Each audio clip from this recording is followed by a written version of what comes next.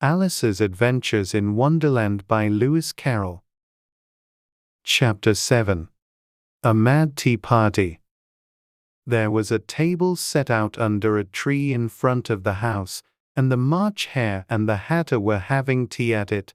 A dormouse was sitting between them, fast asleep, and the other two were using it as a cushion, resting their elbows on it and talking over its head. Very uncomfortable for the dormouse, thought Alice. Only, as it's asleep, I suppose it doesn't mind. The table was a large one, but the three were all crowded together at one corner of it. No room! No room! They cried out when they saw Alice coming. There's plenty of room, said Alice indignantly, and she sat down in a large armchair at one end of the table. Have some wine, the March Hare said in an encouraging tone. Alice looked all round the table, but there was nothing on it but tea. I don't see any wine, she remarked. There isn't any, said the March Hare. Then it wasn't very civil of you to offer it, said Alice angrily. It wasn't very civil of you to sit down without being invited, said the March Hare. I didn't know it was your table, said Alice. It's late for a great many more than 3. Your hair wants cutting, said the Hatter. He had been looking at Alice for some time with great curiosity, and this was his first speech. You should learn not to make personal remarks, Alice said with some severity. It's very rude.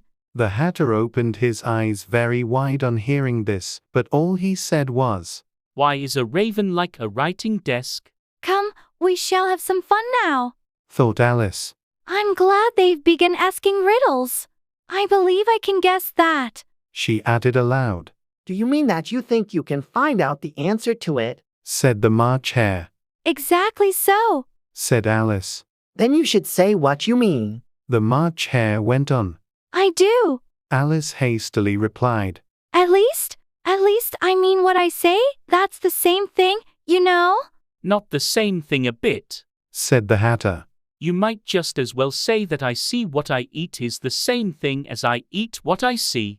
You might just as well say, added the March Hare, that I like what I get is the same thing as I get what I like. You might just as well say, added the Dormouse, who seemed to be talking in his sleep.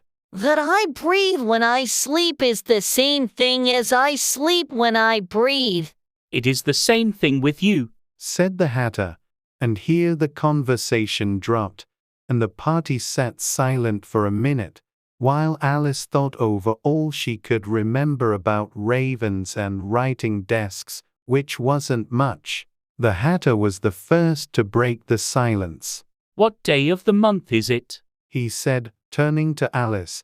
He had taken his watch out of his pocket, and was looking at it uneasily, shaking it every now and then, and holding it to his ear. Alice considered a little, and then said, The 4th.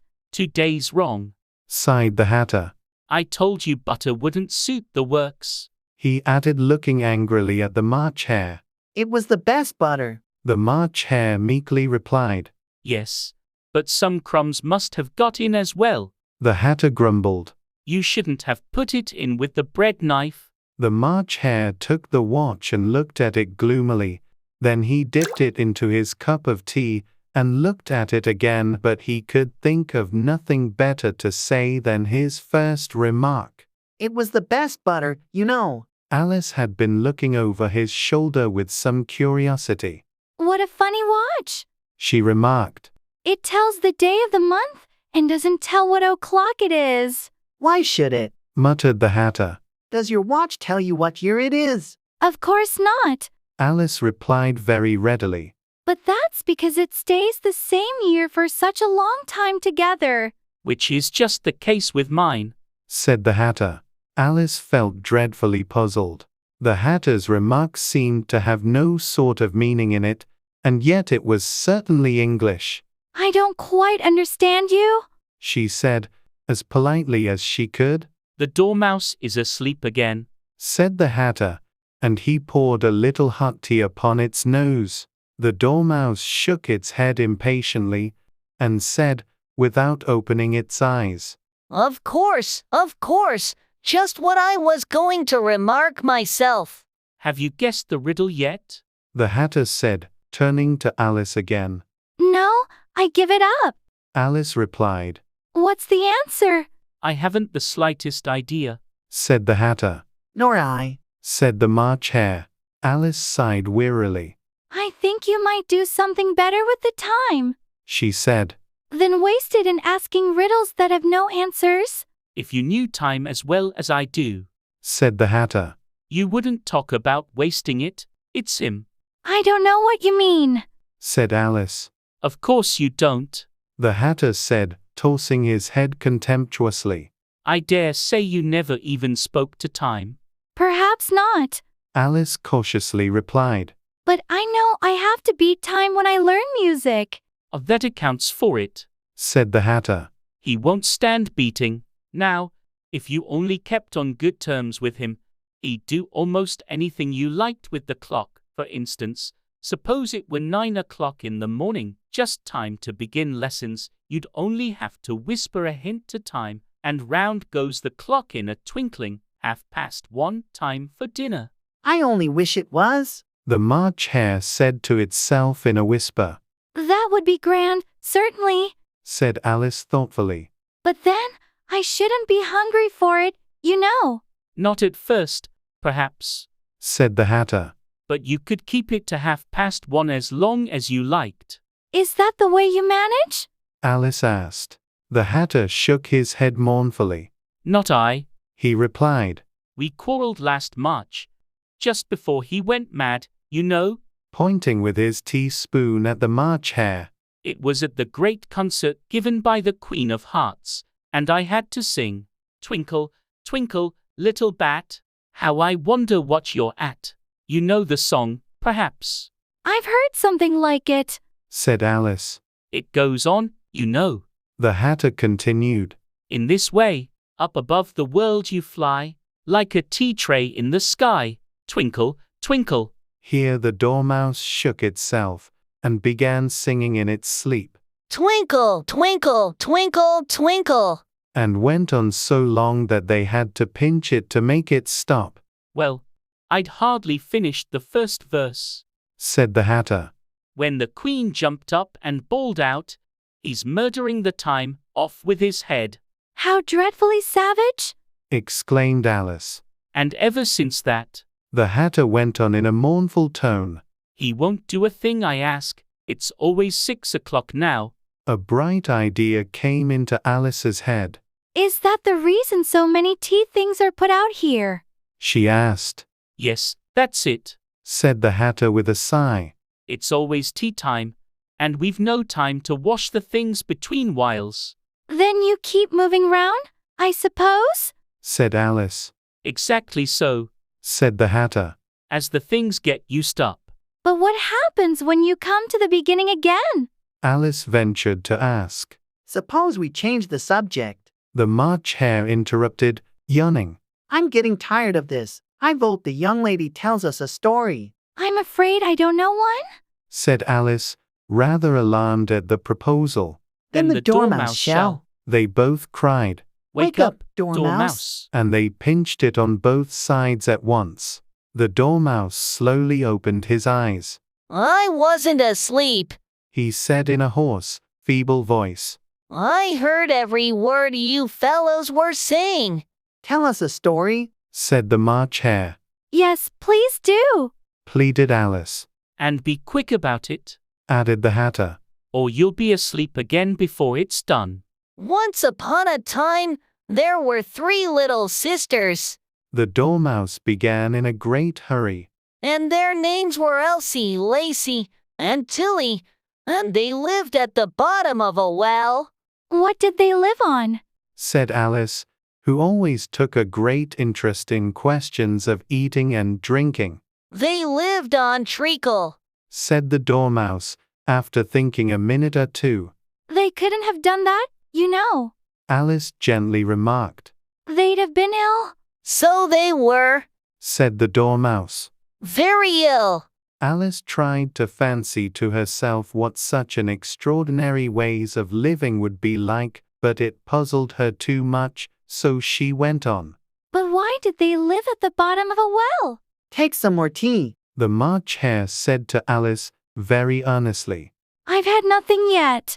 Alice replied in an offended tone. So I can't take more. You mean you can't take less? Said the Hatter. It's very easy to take more than nothing. Nobody asked your opinion. Said Alice. Who's making personal remarks now? The Hatter asked triumphantly. Alice did not quite know what to say to this, so she helped herself to some tea and bread and butter, and then turned to the Dormouse and repeated her question. Why did they live at the bottom of a well? The Dormouse again took a minute or two to think about it, and then said, It was a treacle well. There's no such thing. Alice was beginning very angrily, but the Hatter and the March Hare went. Shh, shh. And the Dormouse sulkily remarked, If you can't be civil, you'd better finish the story for yourself. No, please go on. Alice said very humbly. I won't interrupt again. I dare say there may be one. One, indeed. Said the Dormouse indignantly. However, he consented to go on. And so these three little sisters, they were learning to draw, you know. What did they draw? Said Alice, quite forgetting her promise. Treacle. Said the Dormouse, without considering it all this time. I want a clean cup. Interrupted the Hatter. Let's all move one place on. He moved on as he spoke, and the Dormouse followed him. The March Hare moved into the Dormouse's place, and Alice rather unwillingly took the place of the March Hare. The Hatter was the only one who got any advantage from the change, and Alice was a good deal worse off than before, as the March Hare had just upset the milk jug into his plate. Alice did not wish to offend the Dormouse again, so she began very cautiously. But I don't understand. Where did they draw the treacle from? You can draw water out of a water well. Said the Hatter. So I should think you could draw treacle out of a treacle well, stupid. But they were in the well.